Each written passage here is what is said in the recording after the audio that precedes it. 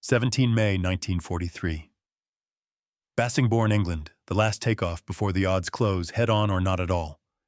Break the box at 12 o'clock or die trying. The field holds its breath. Ground crew step back from the chalked wheels, and oil-streaked nacelles rags in fists' eyes on the silver length that already belongs to the sky. The propeller arcs are pale discs. The right cyclones cough, catch, and settle into that heavy, confident thunder that rattles teeth and lockers and resolves the nerves of men who have trained themselves to be calm. A flare hisses. The runway becomes a single idea. In the nose glass, like a chapel window, a bombardier leans toward his sight, as if prayer lived there. In the tail, a boy with a twin 50 cradle tests the sweep and finds it smooth, like turning a safe dial toward a number that might open. They roll. Air becomes lift. Lift becomes freedom, measured in feet per minute, and inches of manifold pressure. England flattens to hedgerows and rail lines. The Belle tucks herself into formation, a slot in a geometry learned until it entered the bones. The contrails etch hard white across a blue so thin it seems the world is running out of air. Ahead, the coast is a gray blade. Beyond it waits the arithmetic flak set to predicted height closures from fighters trimmed to converge at 200 meters, shells stitched on timing drums that do not hate and do not miss for spite. This is a duel of numbers and nerves.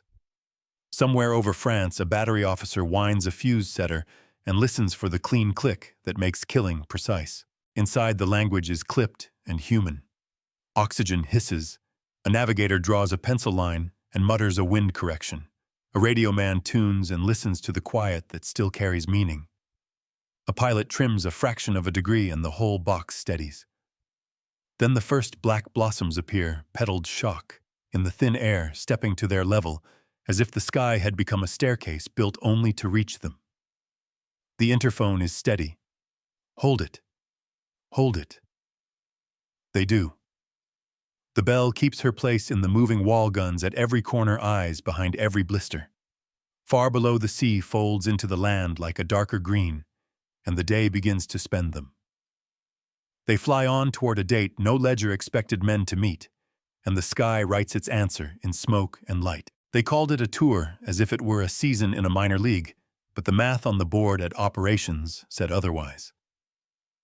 25 missions across occupied France and the Bay of Biscay in 1942 and 1943 meant flying through layered defenses, built for one purpose only: stop the bombers before bomb doors opened.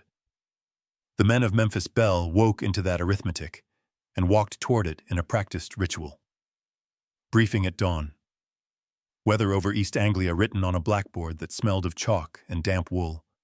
Winds aloft scribbled like a secret code. Target names that felt like iron in the mouth. St Nazaire, Lorient, Wilhelmshaven. Each line on the map a promise that the sky would punish error. They studied the route in bands of altitude and time, and the problem reduced to numbers you could hold in your head if you were calm. 287 miles per hour on the steppe. 37,500 feet possible if the air stayed clean and the turbo regulators behaved. Fuel for 2,000 miles if the mixture was lean to the edge of hunger and the prop governors sang in tune. On the field, the airplane waited with a patience that only machines possess. 4 right cyclones under sheeted cowlings. Turbo-superchargers like steel lungs. A crawl space where a ball turret gunner would live upside down in glass and steel, with the earth turning below like a map he would never touch. 13 50 caliber guns traced overlapping arcs that the crew knew better than they knew the lines on their own palms. The solution the fortress offered to the problem of daylight precision was simple and brutal: climb. Where flak struggled to reach, lock yourself into formation so that fire multiplied, hold speed that was quick enough to complicate aiming, yet steady enough to keep the box tight, and deliver bombs through a sight that turned drift and ground speed and angle off into a steady cue. But the airplane lived or died on the discipline of men. A pilot who could trim out a buffet before it became a wobble that spread through the element. A navigator who could shave 3 minutes from an assembly that left gaps the enemy loved. A radio operator who knew when silence was a shield and when a burst of code would save a straggler. The adversary faced their own equation and worked it in hard pencil. In a dispersal at an airfield near the coast, a Staffelkapitein stood beside a Focke-Wulf and watched contrails write straight laws across the morning. He had learned by trial and loss that a fortress box punished slashing attacks from astern and beam. The geometry pushed him forward into the head-on cone where the bombardier's glass and the pilot's face lived inside an oval of vulnerability. Set the convergence at 200 meters. Approach in pairs to divide the tracers. Time the firing window to less than 2 seconds, and trust the engine to carry you through the wall of bullets before your courage exhausted. On a gray day in a flak tower at St Nazaire, a battery officer spun the fuse setter until the dial matched the predicted height, then watched the first bursts step to altitude. He did not hate them. He measured them. He noted a formation that held its spacing through the first pattern and adjusted the rate of fire to walk the air tighter. His work was mathematics with smoke and steel. In England, the constraints were relentless and familiar.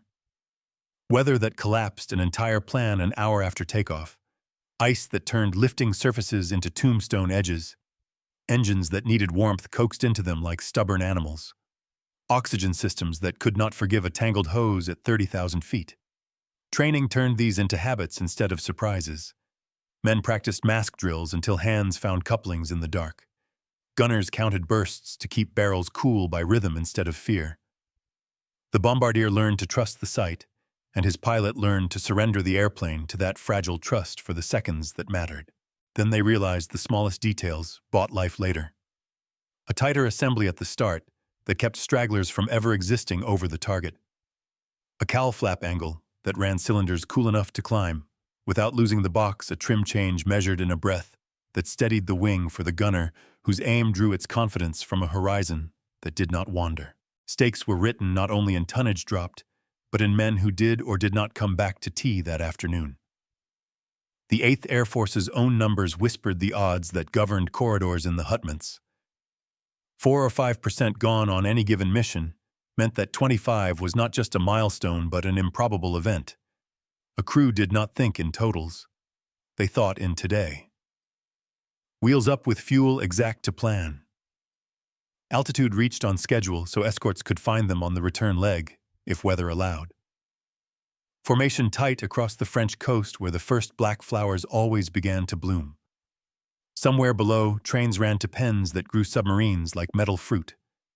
Somewhere above, the wind carved their contrails into bars that betrayed them to gunners with range drums and phones. The problem was set, and each side believed their arithmetic would hold. The Belle and her crew put their faith in structure and discipline, and the physics of an airplane designed to carry men and bombs into air too thin for mercy and still fly straight. The enemy placed theirs in angles of attack and the precise step of explosive air. Between those beliefs lay a sky that would choose without sentiment.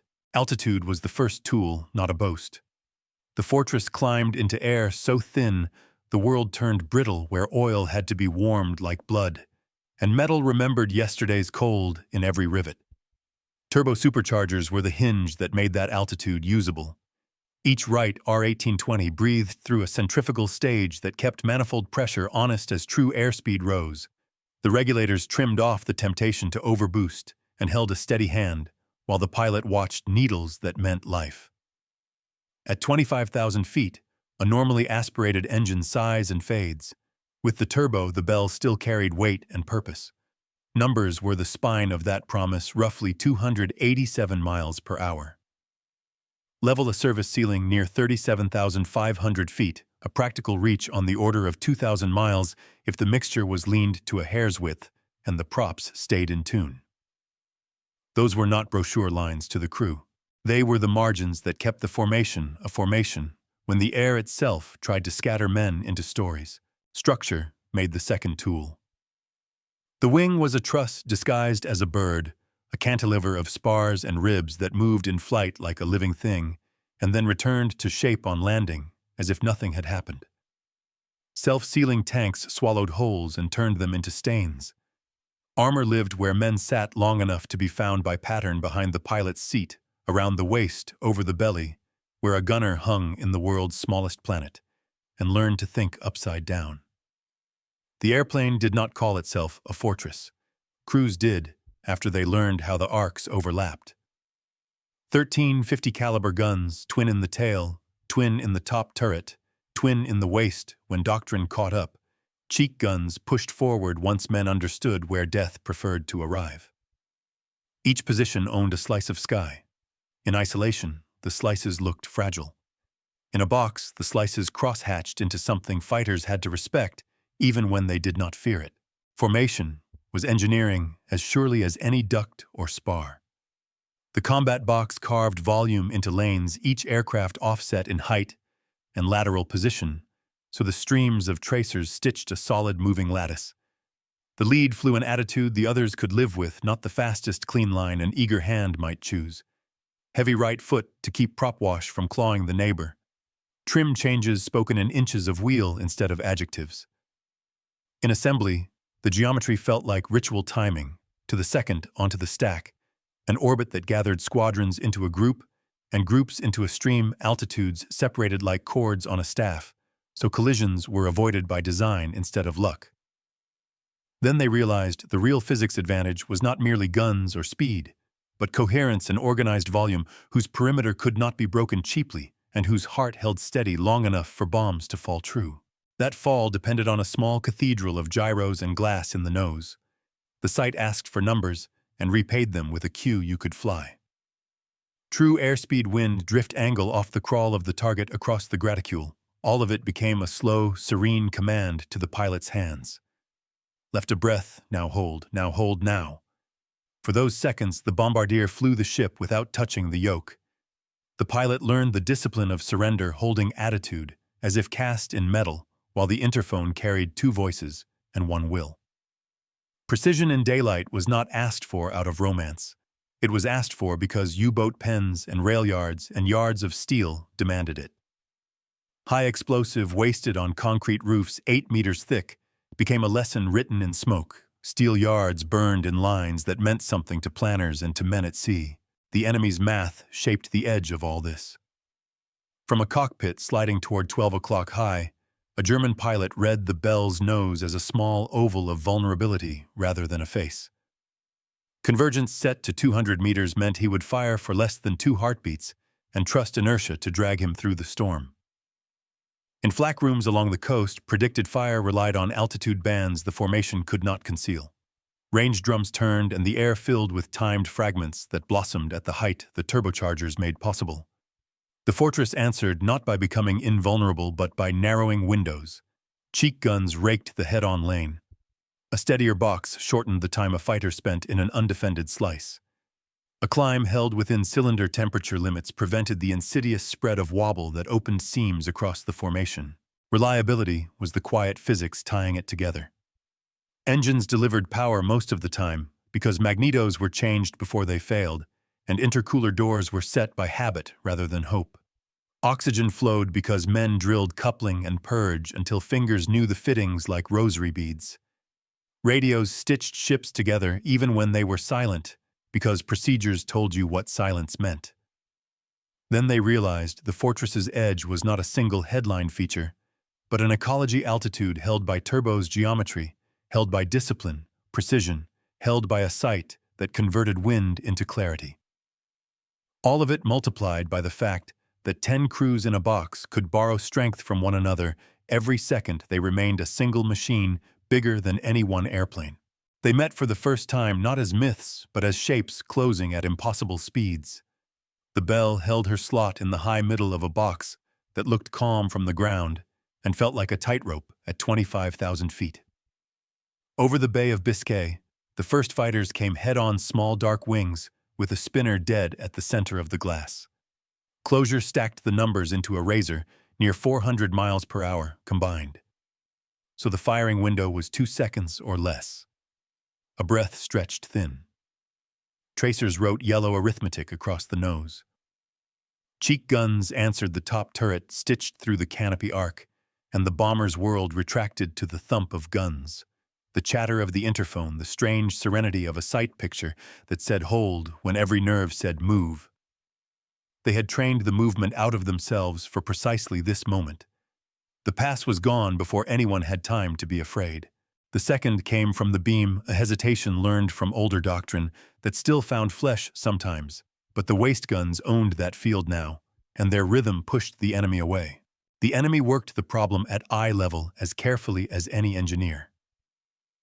A staffel formed line abreast, slid into a stepped approach to divide the Belle's arcs, and then broke into pairs for the head-on lane because the geometry allowed almost nothing else. Convergence was set to 200 meters. Cannon rounds were timed by habit to begin at 400 and walk into the oval of vulnerability over the nose.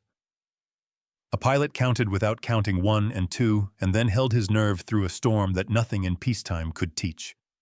He saw men as silhouettes inside a lantern. He saw the brief flick of a chin toward the bombsight glass. He saw the turret's mouth swing to meet him and felt the instinct to flinch as if a fist had been thrown across a table.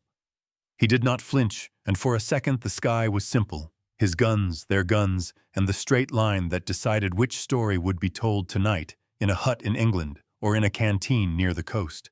On other days, the duel began in rooms where the air tasted of oil and paper. Technicians at a test field walked around a captured B-17 like men trying to read a foreign novel aloud.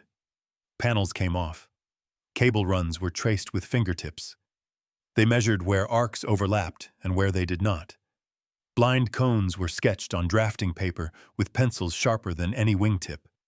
They spun the ball turret and noted where the gunner's feet trapped his own movement. They climbed into the top turret and felt the gearing. They pressed noses to the plexiglass and looked for the line through which a cannon shell might pass before a 50-round met it. Reports were typed with a calm that felt almost courteous. Frontal attacks remain necessary. Side and rear approaches incur heavy losses. The recommendation traveled outward to airfields where boys turned into tacticians with every funeral. It was the kind of captured kit lesson that did not flatter anyone and saved lives anyway. Flak wrote its own rising incidents under all of that. The Belle flew through belts that were not random, but predicted by men who treated her altitude like an equation. In a battery above the Loire, a rangefinder fed a height to the fuse setter, and shells climbed an invisible stair until their petals bloomed at the right level. Bursts found the box, and the box tightened, every man feeling the air around his own ship become denser with risk. A hit that would have walked a single bomber out of formation in 1942 now met a crew drilled to keep power where it belonged, to counter a yaw before it could widen into a gap that drew fighters like gravity. They had learned that a wobble was a promise of death 5 miles later, and so they bled it out of the airplane with trim and will before it could write its consequence.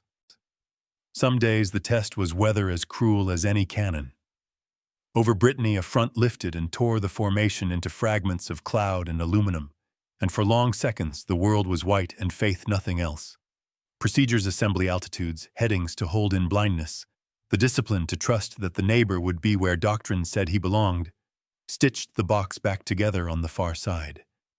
Then they realized that the enemy's best opportunities came not only from guns, but from the human error that weather purchased cheaply. The cure was as mechanical as any duct practice until the body obeyed the page even when the mind wanted to improvise. The men learned the shape of fear and filed it into a tool. A waist gunner counted the beat of his own bursts to keep barrels from glowing past usefulness. A navigator revised drift in pencil loops while Flak stamped punctuation through his desk. A pilot held an attitude that looked indifferent from outside and was anything but. In the interphone's thin world, the words stayed small on steady doors coming open so that each action could be finished inside the breath it occupied. Down below, rails converged on pens that hid submarines behind concrete illusions of immortality. Up here, illusions were short-lived. Steel, fuel, oxygen, geometry, and a box that refused to come apart, those were the only arguments that mattered as the incidents rose toward a pattern the enemy could see but could no longer easily change. Reliability lived in the hours no one filmed. In the long sheds at Bassingbourn, the evening shift began when the last sunlight fell off the wings and the ground crew rolled their tool carts in a ritual that had nothing to do with luck. One man's world was magnetos and harness checks, another's was intercooler doors and the way a turbo regulator should answer a small, deliberate twist. Another's was a jack screw that had to be greased so the tailplane would carry trim at altitude without hunting. They learned the sound of a right cyclone that was tired but honest, and the smell of one that was about to lie. Oil analysis went from guesswork to practice metal flakes on a fingertip, told a story that could end a tour or save it. When dawn came, those invisible choices became measured facts. Cylinders that ran cool enough in the climb to prevent a wobble, a boost gauge that sat where it belonged, so the pilot did not chase a needle into overboost a prop governor that caught and held instead of surging. The airplane left the earth because men who would never see the target set it up to live in air too thin for error. Discipline turned into a kind of physics in the cockpit and along the fuselage. Oxygen drills were timed like races' hands learning by nerve memory to find couplings in gloves, to purge and test and listen for the hiss that meant 30,000 feet would not turn a man into a story told by others. Gunners rehearsed malfunctions on cold mornings until clearing a jam was as brief as a swear word. The radio operator stretched a net across the sky that held even when it stayed quiet. VHF for formation control. HF for the long reach back to a continent that listened. Code groups prepared on paper that would dissolve in water if it had to. Silence was doctrine too. There were hours when a carrier wave was a lit match in a dark room, and knowing when not to speak was as necessary as any flare path. Then they realized that radios were not only for words, procedures were messages in themselves.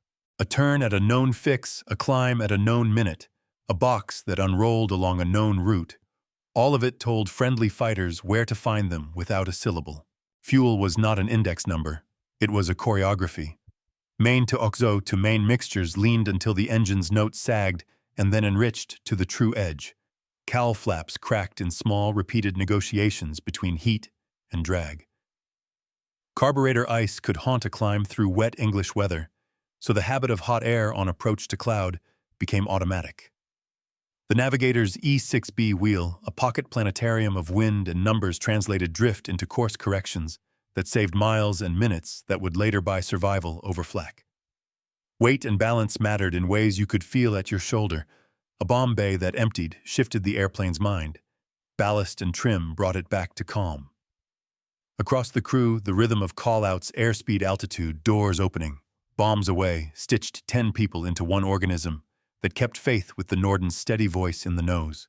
Doctrine matured under fire. Early missions had taught expensive lessons about stragglers and about the seductive error of flying a perfect bombing line too fast for the men behind to live with. Leaders learned to fly an attitude their wingmen could hold, to sacrifice a clean personal performance for a coherent group effect. Waist guns moved where geometry demanded. Cheek guns grew forward. Turret arcs overlapped with the indifference of math. When weather ripped holes in the stream, the recovery was not prayer, but procedure headings, altitudes, rejoin points baked into muscle memory, so the box could reform on the far side of a cloud that had tried to turn machines back into individuals. Then they realized that the bomber's supposed strength, armor, and guns was secondary to the simple fact that formation was a promise kept. The airplane's virtues multiplied only when no one allowed the distance between ships to widen into the space where fighters lived. On the other side of the channel, the adversary could feel the change. A pilot climbing toward 12 o'clock high saw fewer easy gaps and more glass looking back at him. He still set his convergence to 200 meters, and he still believed in the savage clarity of the head-on pass. But the rhythm around the bomb run had shifted. The box steadied earlier. Its corners covered themselves. The moment after release, when formations once breathed and loosened, now stayed tight because training had burned vanity out of hands that wanted to haul the airplane away from the flak. In a control room near the coast, a flak officer listened to reports that sounded like weather bursts, accurate timing, correct results, inconclusive. His guns did their work, but the stream's integrity erased opportunities his mathematics had counted on. The difference was not luck. It was 1,000 small, repeatable acts, spark gaps set right, plugs changed on hours, hoses replaced before they cracked, fingers finding the right switch in gloves woven into a tour that refused to fray. Reliability, in the end, was not an adjective. It was the operating system that made every other promise the fortress carried possible, and it traveled with the Belle all the way to the far edge of chance and back. The turn did not arrive as a fanfare. It arrived as a measured line flown for a measured time. Initial point to aim point at Lorient was under 10 miles, about 180 seconds of exposure if the ground speed held less, if the wind was kind, and the Belle's world narrowed to that arithmetic. Bomb bay doors opened, the belly felt the drag. The sight in the nose spun up and took command. For those seconds, the pilot let his hands become hinges, holding attitude within a needle's width, while the bombardier's voice rode the interphone like a metronome. The formation settled around them, altitudes staggered by design lateral spacing, trimmed by small, almost invisible rudder and throttle touches. Flak found its stride at the expected height bursts, stepping to their level with professional certainty, but the box did not flex. The hard metric for the day hid in plain sight. A steady run, true to course, held for more than 30 seconds under predicted fire, long enough for the pattern to walk across concrete that believed itself invulnerable. Up the lane came fighters late and urgent. The head-on cone had been narrowed by cheek guns and by a steadier wall of tracers that intersected at useful places. Still, a leader brought his section in on the oval of vulnerability because every other approach wrote his men's names on the hangar board. From his cockpit, the target was not a famous aircraft, but a lit window and a small crosshair of opportunity. Closure cut the thinking time to 2 heartbeats. He nudged the nose to set convergence at 200 meters and committed. The pass sliced through the box like a thrown blade cannon strikes near the chin on a ship, one element over a shutter of plexiglass, a flash of flame that died as quickly as it had begun when self-sealing tanks did their quiet work. The Belle's cheek guns hammered the air back into shape. The leader glimpsed, just for an instant, that the geometry he had relied upon all winter had shifted by increments, field of fire, where none had been steadiness, where wobble had invited him in. And he felt the battle turn not on courage but on the arithmetic of coherence. Below, the U-boat pens took the measure of their enemy in falling steel. The Norden translated wind and drift into a location in time. The stick walked a line that counted in yards, not stories. When the bombs released, the airplane rose a fraction, and the nose freed itself back into the pilot's hands.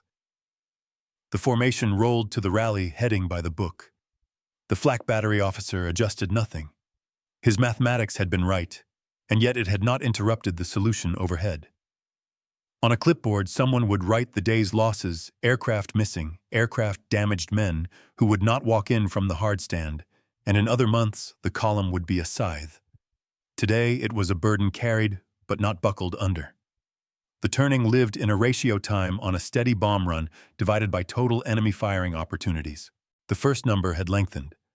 The second, paradoxically, had not grown more lethal because the box denied easy angles and because training had sanded human jitters off the last half-minute that mattered most. Homeward, the ocean took them back into its color. Fuel state was a ledger of choices. Mixtures leaned to the edge, main to aux and back again, in a choreography that preserved the last reserve for a go-around if England hid behind weather. Engines ran smooth because small hours in a hangar had made them so. Cylinder head temperatures sat where calm hands had put them. The radio operator rode silence like a craftsman. Procedures not chatter drew friendly fighters to the stream for the last leg. In the tail, a gunner watched contrails break and re-knit as ships slid through small pockets of disturbed air, and he felt the group hold its shape with a kind of dignity that surprised him.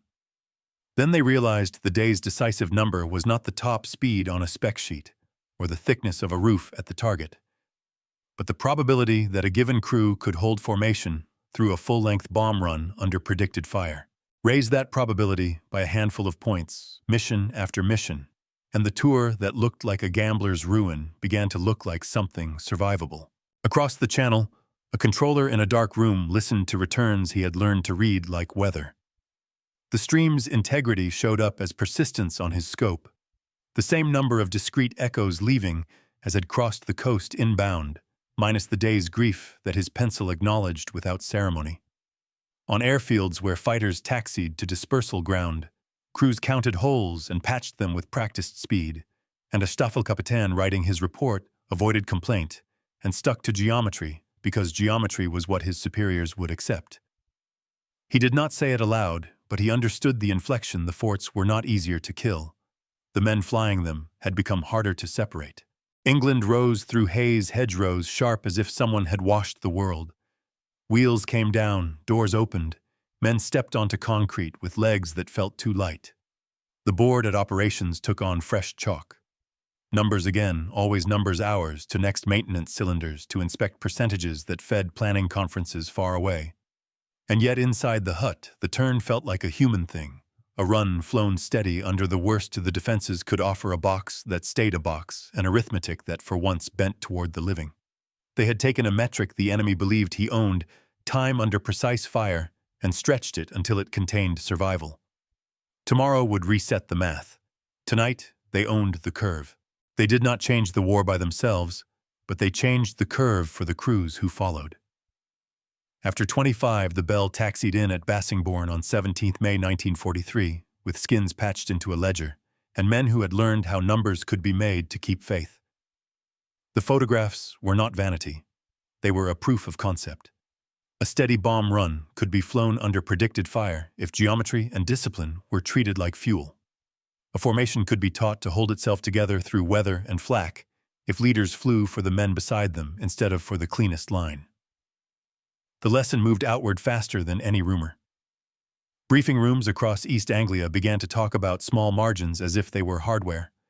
In months to come, escort range would lengthen P-38s and Spitfires, giving way to Mustangs that could live with the stream all the way to the target and home again, but the hinge had already turned in the habits of bomber crews who refused to fly as individuals.